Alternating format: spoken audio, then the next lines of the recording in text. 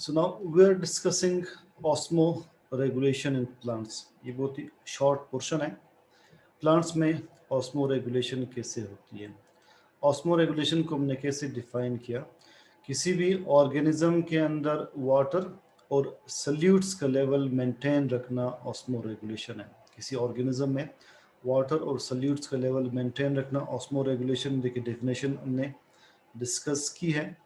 मैंने बताया था कि इस चैप्टर के 3 पार्ट्स हैं.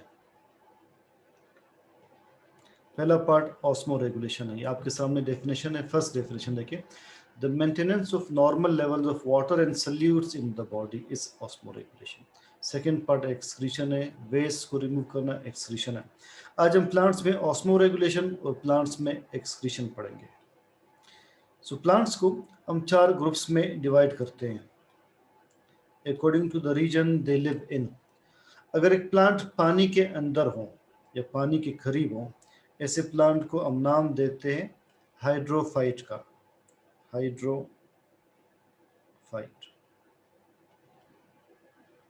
हाइड्रो वाटर, फाइट वर्ड हमेशा प्लांट के लिए यूज होता है. एक प्लांट अगर ऐसे पानी में मौजूद हो जब पानी में सॉल्ट कंटेंट ज़्यादा हो, पानी नमकीन हो, वाटर क्या हो, सेलाइन हो, पानी नमकीन हो, ऐसे रीजन में जो प्लांट्स मौजूद होते हैं उनको हम नाम देते हैं हेलोफाइट्स.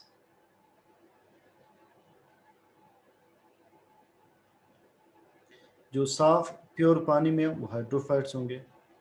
जो नमकीन पानी के अंदर होंगे वो हेलोफाइट्स होंगे. दरिया में पानी हाइड्रोफाइटिक प्लांट है. झील में, तालाब में, पौंड में, स्ट्रीम में. मगर समंदर के करीब जहाँ दरिया समंदर में गिरते हैं और समंदर के अंदर जहाँ प्लांट्स होते हैं वो सारे के सारे सेलाइन वाटर में वो हेलोफाइट्स होंगे. नेक्स्ट, जो ज़मीन के ऊपर अगर प्लांट्स हैं, आमतौर पर खुश्की के ऊपर अगर प्लांट्स मौजूद हैं और साथ ही वह बारिशें होती है इस तरह कि ज़मीन के इनसाइड पानी का ज़ख़ीरा मौजूद हो, यानी पानी की अवेलेबिलिटी मोतदिल हो, ना बहुत ज़्यादा हो ना बहुत कम हो, तो ऐसे प्लांट्स को हम कहते हैं मीज़ोफाइट्स.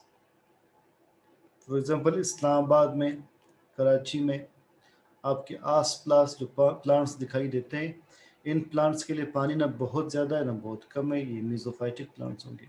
ज़मीन के ऊपर अक्सर प्लांट्स मीज़ोफाइटिक प्लांट्स होते हैं. मगर अगर एक जगह बारिशें बिल्कुल भी नहीं होती, बहुत ड्राई कंडीशंस है, सहरा है, रेत का इलाका है, वहाँ पर प्लांट्स के लिए वाटर अवेलेबल नहीं है, ज़मीन के अंदर भी पानी मौजूद नहीं है, तो वो प्लांट्स कहलाते हैं ज़ीरोफाइट्स. अब डिफरेंस आपको क्लियर होगा. जो पानी के अंदर है या पानी के करीब है वो हाइड्रोफाइट्स है. जो नमकीन पानी में प्लांट्स मौजूद है वो हेलोफाइट्स हैं.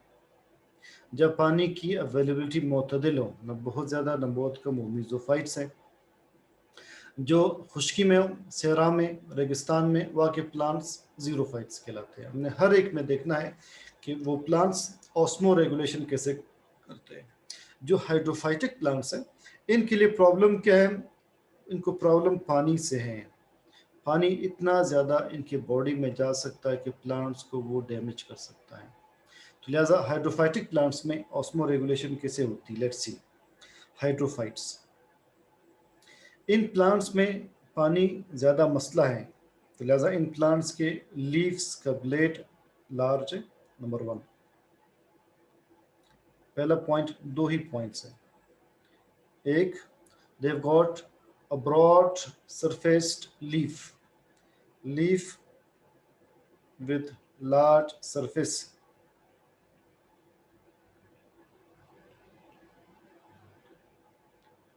या ब्रॉड ब्लेड, लीफ के सरफेस को ब्लेड कहते हैं. सेकंड, लीफ के अपर सरफेस पर स्टोमेटा होते हैं. इनमें लीफ के अपर सरफेस पर स्टोमेटा होते हैं और वो स्टोमेटा अक्सर ओपन होते हैं ताकि ये स्टोमेटा के ज़रिए वाटर लूज कर सके और पानी इनकी बॉडी को नुकसान न पहुंचाए. इसलिए कि इन प्लांट्स के लिए वाटर बहुत ज़्यादा अवेलेबल है. ठीक है। सो दो ही पॉइंट्स होंगे, लीफ का सरफेस लार्ज है, स्टोमेटा अपर सरफेस पर मौजूद है, mostly they remain open. So stomata ज्यादा है and are on the upper surface to lose water. पानी लूज करने को हम ट्रांसपायरेशन कहते हैं। So they lose water through transpiration.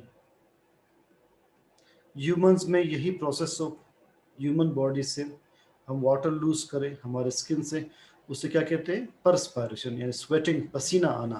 Plants में इसी प्रोसेस को ट्रांसपायरेशन कहते हैं। तो हाइड्रोफाइटिक प्लांट्स में लीफ का साइज लार्ज है, स्टोमेटा अपर सरफेस पर मौजूद है। सेकेंड प्लांट्स का ग्रुप था जो कि नमकीन पानी में होने, हेलोफाइट्स कहते हैं। Let's see how halophytes they get used to these conditions and how they handle these conditions। इनमें conditions मैंने क्या बताई कि पानी के अंदर सॉल्ट मौजूद है, नमकीन पानी है। इन प्लांट्स में भी 3 to 4 एडेप्टेशंस मौजूद हैं।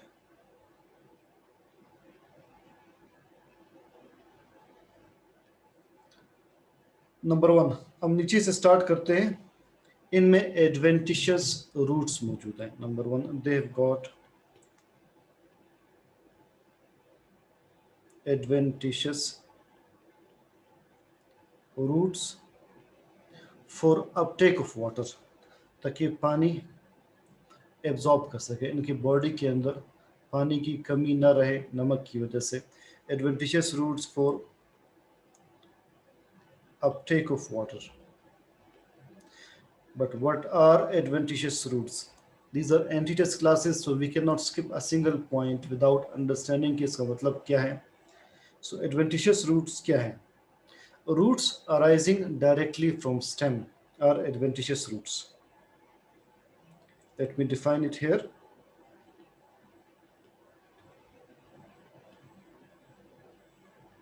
It is stem, इनसे जो रूट्स अराइज होते हैं इन्हें एडवेंटिशियस रूट्स कहते हैं। सो कैसे डिफाइन करेंगे roots? Arising directly from stem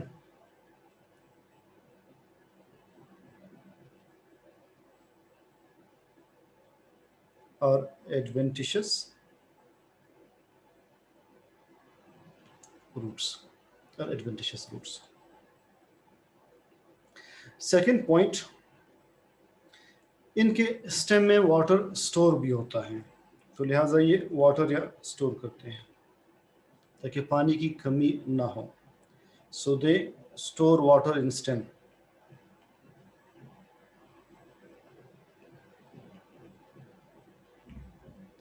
third, मज़ीद पानी के बाहर लूज होने को बचाने के लिए, पानी के ज़ाया होने को बचाने के लिए इनके जो सेल्स है लीफ में, जो इनके सेल्स हैं उनके सेल वॉल्स थिक हैं।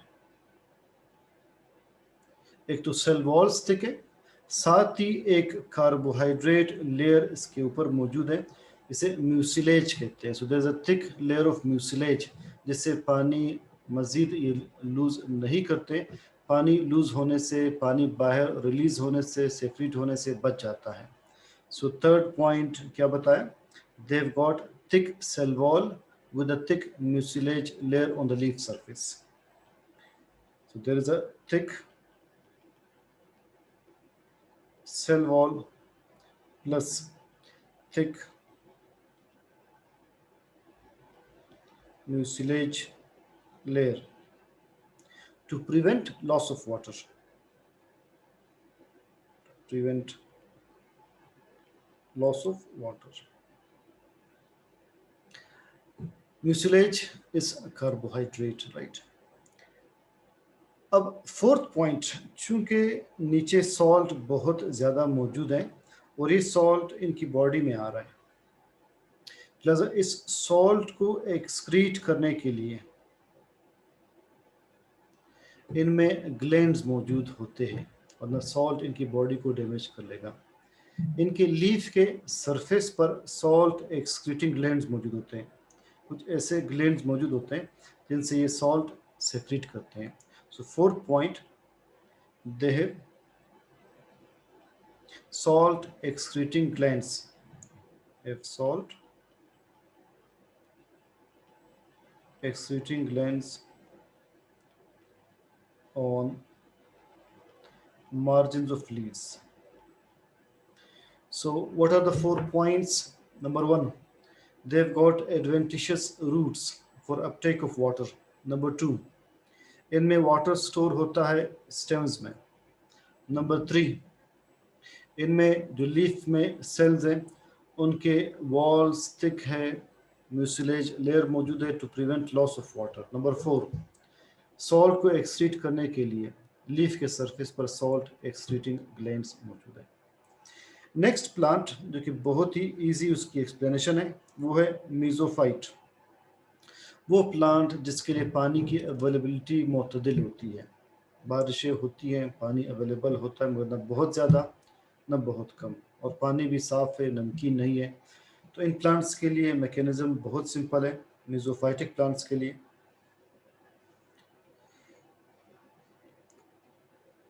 या मैंने कहा कि खुश्की के ऊपर ये प्लांट्स मौजूद हैं और साथ ही नीचे पानी मौजूद है.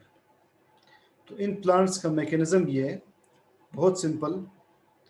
जब पानी बहुत ज़्यादा होगा ये स्टोमेटा ओपन रखते हैं, जब पानी बहुत कम होगा स्टोमेटा क्लोज रखते हैं, ठीक है, पानी कंजर्व करने के लिए. सो इनका मैकेनिज़्म बहुत ही सिंपल.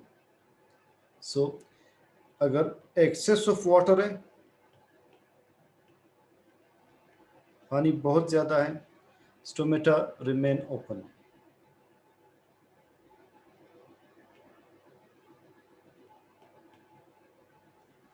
पानी की बहुत कमी है, there is lack of water, scarcity of water, deficiency of water, stomata remain closed. Stomata remain closed. ये है मेसोफाइटिक प्लांट्स के लिए कंडीशंस. नेक्स्ट है जीरोफाइट्स. वो प्लांट्स जिनके लिए पानी बिल्कुल है ही नहीं, न बारिशें हो रही है न ज़मीन के अंदर पानी है, ठीक है. इन प्लांट्स में क्या मैकेनिज़्म होगा वो आपने खुद गेस करना है. क्या इनके लीफ का साइज लार्ज होगा, स्मॉल होगा? लीफ का साइज क्या होगा? Small sized leaves. ब्लेड उनका ब्रॉड होगा, नैरो होगा with narrow blade.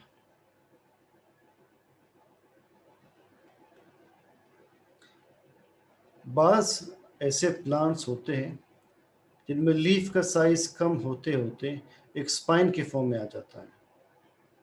Leaf in the form of spines, needle shape, ताकि उसमें से पानी मजीद लूज ना हो. तो लीफ मॉडिफाइड इनटू स्पाइंस, ये भी एक मैकेनिज्म है. बाज प्लांट्स मजीद एहतियात के लिए अपने लीव्स को शेड करते हैं. जब पानी कम होगा दे शेड देयर लीव्स, ताकि वहाँ से पानी लूज ना हो. They shed their leaves. So shed leaves in conditions of extreme deficiency of या lack of water. They shed leaves in conditions of extreme deficiency of water. Extreme drought आप कहें, drought का मतलब है deficiency of water. बिल्कुल बारिशें नहीं, बिल्कुल पानी अवेलेबल नहीं, तो बास प्लांट्स अपने लीव्स जो है वो शेड करते ताकि वहाँ से पानी लूज ना हो. तो एक तो ये कि उनकी लीफ का साइज स्मॉल है, बाज़ में लीव्स बिल्कुल स्पाइन यानी नीडल फॉर्म में आ जाते हैं, बाज़ में लीव्स शेड होते हैं. फोर्थ पॉइंट, जो पहला प्लांट था हाइड्रोफाइट, उनके स्टोमेटा अपर सरफेस पर थे. इनके स्टोमेटा लोअर सरफेस पर होंगे और स्टोमेटा क्लोज भी रहेंगे ताकि पानी वहाँ से लूज ना हो. So stomata are on the lower surface. Stomata are on the lower surface. Next point number 5 ये है, पॉइंट नंबर 5, लीफ के अपर सरफेस पर एक वैक्सी लेयर होती है, क्यूटिकल, ताकि पानी के लॉस को मिनिमाइज किया जा सके. So presence of waxy layer cuticle on the surface of leaf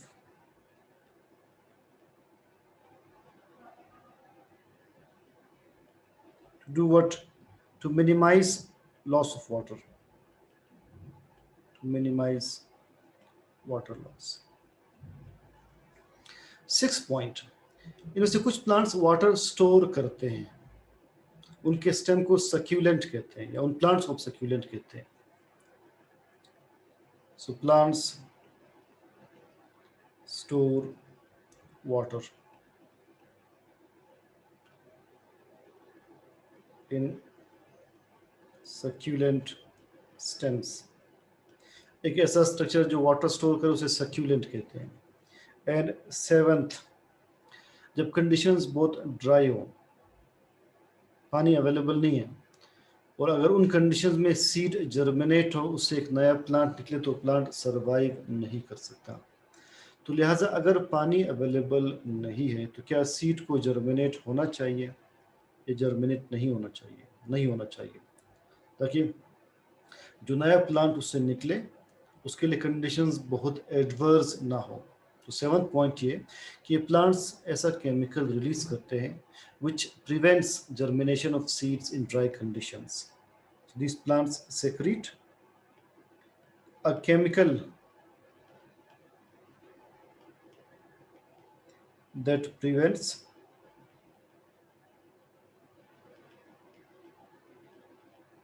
germination of seeds in dry conditions. It prevents germination of seeds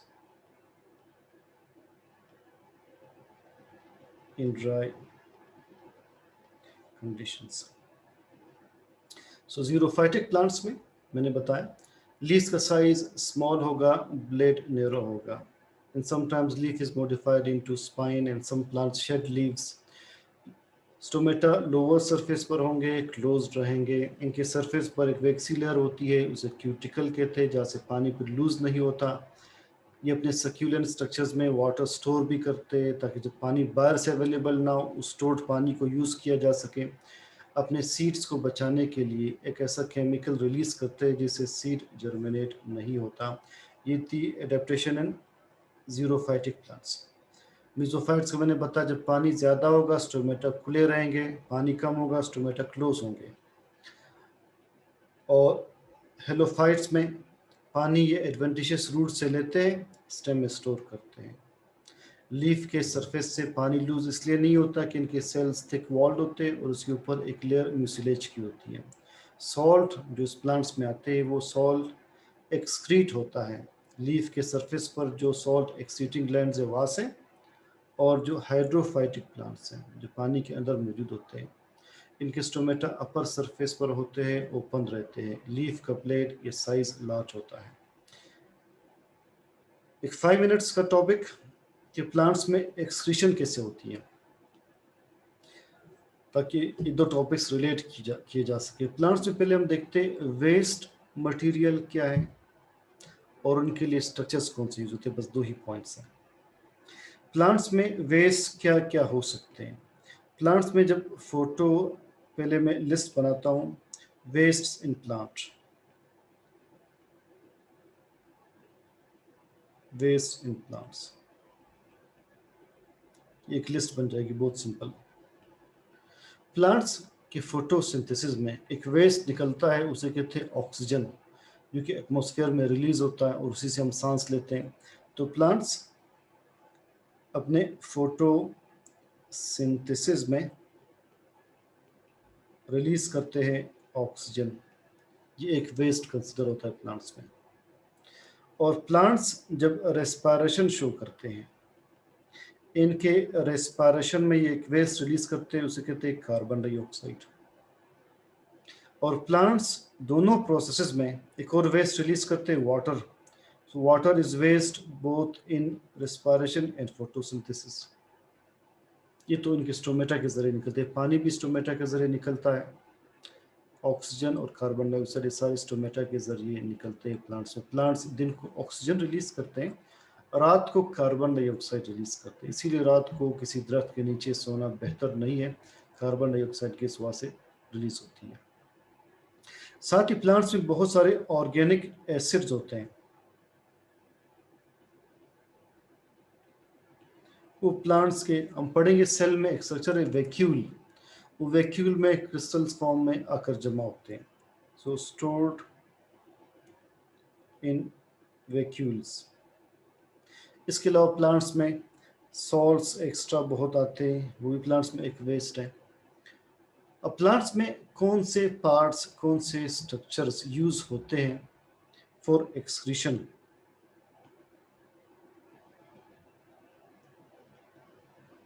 structures used for excretion.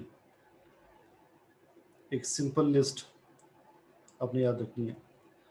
Human body में जो major structure है excretion में use होने वाला, वो है kidney. Excretion काम है किडनी का. प्लांट में किडनी की जगह लीफ मौजूद होता है. सो लीफ, इसीलिए लीफ को नाम देते हैं एक्सक्रीटोफोर. एक्सक्रीटोफोर ये वो स्ट्रक्चर है जो एक्सक्रीशन में सबसे मेजर रोल प्ले करता है. इन्होंने यहाँ पर एक बात मेंशन की है कि जैसे ही बहार के बाद मौसम में गर्मा और फिर खिज़ा करीब आने लगती है, तो खिज़ा के करीब आते आते प्लांट्स के लीव्स येलो होने लगते हैं.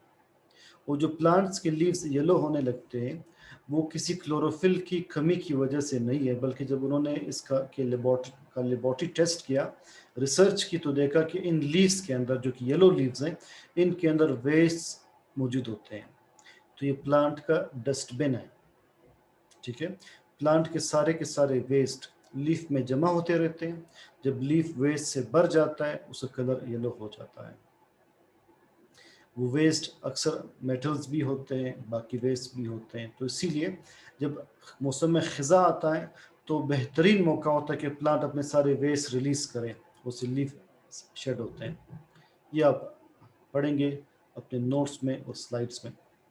सेकंड, क्या प्लांट्स अपने फ्लावर्स को यूज़ करते हैं वेस्ट की एक्सक्रीशन के लिए? यस, फ्लावर्स यूज़ होते हैं. फ्लावर्स के पेटल्स यूज़ होते हैं. सीड्स यूज़ होते हैं. सीड्स के अंदर वेस्ट होती है जो डिस्पर्स हो जाते हैं. फ्रूट्स को प्लांट यूज़ करते हैं to eliminate the waste. Plants अपने ओल्ड जाइलम को यूज़ करते हैं. ओल्ड जाइलम, जो बड़े बड़े दरख्त हैं, उनमें जाइलम मज़ीद पानी ट्रांसपोर्ट करने के लिए यूज़ नहीं होता. उनका ओल्ड जाइलम ब्लैक शक्ल इख्तियार करता है, उसे एबनी कहते हैं, एबनी. तो ओल्ड जाइलम यूज़ करते हैं. और अपने रूट्स यूज़ करते हैं वेस्ट रिलीज करने के लिए. तो बचा क्या? ऑलमोस्ट प्लांट्स के सारे पार्ट्स एक्सक्रीशन में पार्टिसिपेट कर रहे हैं. लीफ मेजर ऑर्गन है, followed by flower petals, fruits, seeds, old xylem and roots. Plants के रूट्स, बास प्लांट्स के रूट्स, ये वेस्ट इस तरह से एक्सक्रीट करते हैं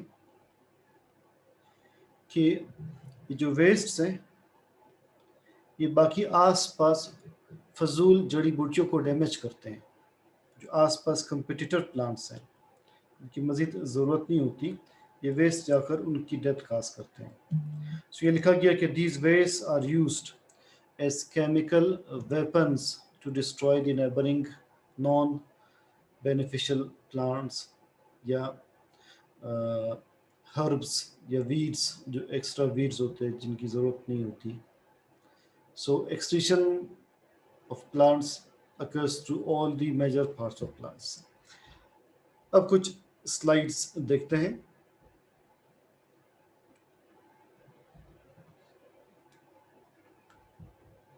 देखिए है हाइड्रोफाइटिक प्लांट.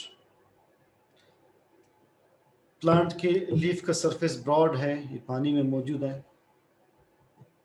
हेलोफाइट्स, एक वर्ड यूज किया है कि एस्चुअरी के पॉइंट पर हेलोफाइट्स होते हैं। एस्चुअरी को उर्दू में संगम कहते हैं। जहाँ पर दरिया समंदर में गिरते हैं उस पॉइंट को एस्चुअरी कहते हैं। वो जगह भी यकीनन क्योंकि समंदर करीब है, पानी में नमक ज़्यादा होगा, नमकीन होंगे। पानी नमकीन होगा, प्लांट्स हेलोफाइटिक प्लांट्स होंगे। ये है हेलोफाइट्स। मीजोफाइट्स, नॉर्मल प्लांट्स ये सारे मीजोफाइट्स हैं। जीरोफाइट्स ये है जीरोफाइटिक प्लांट्स। आप देख लें इनके लीफ कितने थिक हैं और स्पाइंस इनके ऊपर मौजूद हैं, और ये वाटर स्टोर करते हैं, सक्यूलेंट्स होते हैं मोस्टली। आप घरों में सक्यूलेंट्स उगा सकते हैं, उनके लीफ हमेशा आपको थिक दिखाई देंगे, उनके अंदर वाटर स्टोर होता है। कैक्टस वगैरह ये सारे के सारे सक्यूलेंट्स, देखिए cactus, it is xerophytic plant. Animals में ऑस्मो रेगुलेशन अभी तक हमने पढ़ी नहीं, और अभी हमने डिस्कस क्या किया था, एक्सक्रीशन प्लांट्स। सो ये स्लाइड्स है, ये एनिमल्स के एक्सक्रीशन का बता रहे हैं। ये आप स्लाइड्स में फिर देखेंगे। आपने समरी वही याद रखनी जो मैंने मुख्तसर बताई कि कौन से वे से और कौन से पार्ट्स के यूज होते हैं।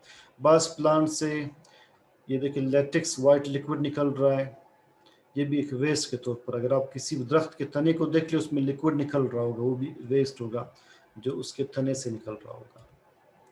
सो ऑटम लीव्स का कंसेप्ट भी यहाँ पर सारा एक्सप्लेन किया है। तो यहाँ तक हमें आज डिस्कस करना था। इससे आगे osmo regulation in animals and then excretion in animals ये कल के लेक्चर्स में होगा इंशाल्लाह। See you tomorrow.